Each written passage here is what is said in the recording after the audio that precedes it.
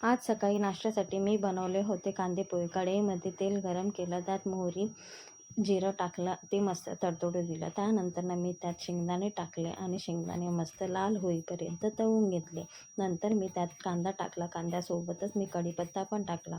कांदा लाल होईपर्यंत तळून घेतला. मग मी त्यात मिरची ॲड केली आणि मिरचीसुद्धा छान तळून घेतली. त्यानंतर मी अर्धा चमचा साखर टाकली.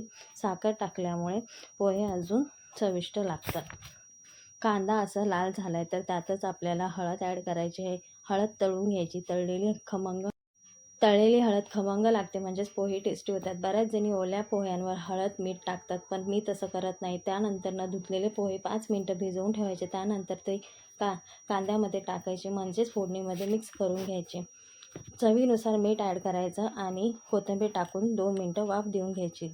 झाकण काढायचं आणि पुन्हा एकदा मिक्स करून घ्यायचं. तर गरम गरम पोहे वाढायला घ्यायचे. तर तयार आहे आपला सकाळचा नाश्ता. कसा वाटला व्हिडिओ आवडल्यास लाईक, शेअर आणि सबस्क्राईब करायला विसरू नका. Bye bye.